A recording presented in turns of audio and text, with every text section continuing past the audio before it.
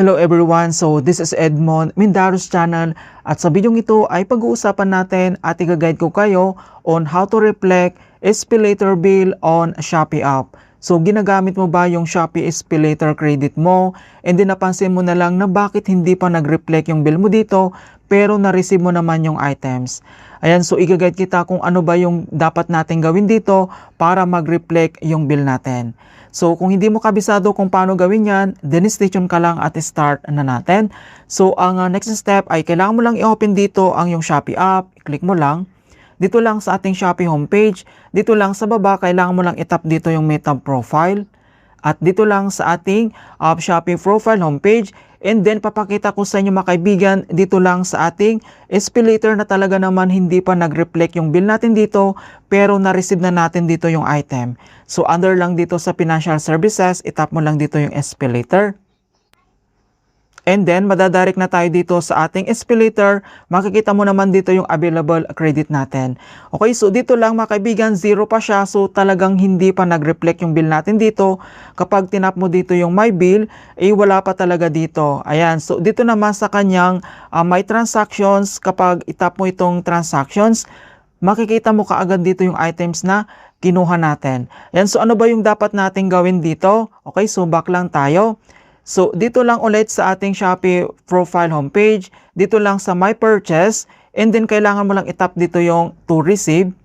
Ayan, so dito mga kaibigan, kailangan natin to receive yung items. So, once na na-receive mo na siya, on hand mo na siya yung items, and dito naman, kailangan natin itong to receive para mag-reflect yung bill natin. So, ito yung items na kinuha natin, and then itap mo lang dito yung order receive.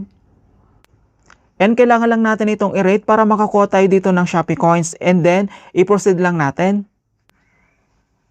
Ayan, so once na-rate mo na siya and then kailangan mo lang itap dito yung submit para makakuha tayo dito ng Shopee coins. Ayan, so makikita mo na naka-receive na tayo dito ng Shopee coins and then tap mo lang dito yung collect now.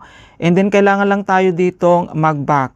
Ayan, so makikita mo naman dito na na-receive na natin yung items. So mga kaibigan, remind ko lang na kailangan mo talagang ito receive yung items para mag-reflect yung bill mo dito. So successful na natin ito na to receive and then back lang tayo and punta lang tayo dito sa ating SPayLater. Dito lang sa ating Shopee profile homepage and then under lang dito sa financial services, itap mo lang dito yung SPayLater. Ayan, so makikita mo naman dito na nag-reflect kaagad dito yung SPayLater bill natin. Ayan, so makikita mo naman dito sa my bill, nandito na mga kaibigan. Yan yung dapat nating gawin na kapag ginagamit natin yung SPayLater credit natin, kailangan mo kaagad ditong receive yung items para mag-reflect yung bill natin. Ayan, so nandito na yung bill natin na kailangan natin bayaran, nag-reflect na po siya. Ganun lang po kasimple mga kaibigan. So kailangan mong receive para mag-reflect yung bill natin dito. So ang dami kasi nakaka-experience na bakit daw hindi pa nag-reflect yung bill po nila. Ayan, so baka nakalimutan nyo sigurong receive yung items kaya hindi mag-reflect dito yung bill mo. So napakasimple lang naman.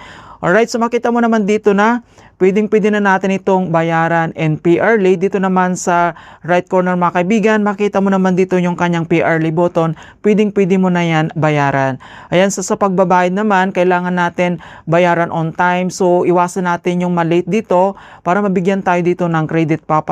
Mas tumaas pa yung credit natin dito. At maiwasan natin yung ma-frozen yung account natin. At magamit natin yung SPayLater credit natin.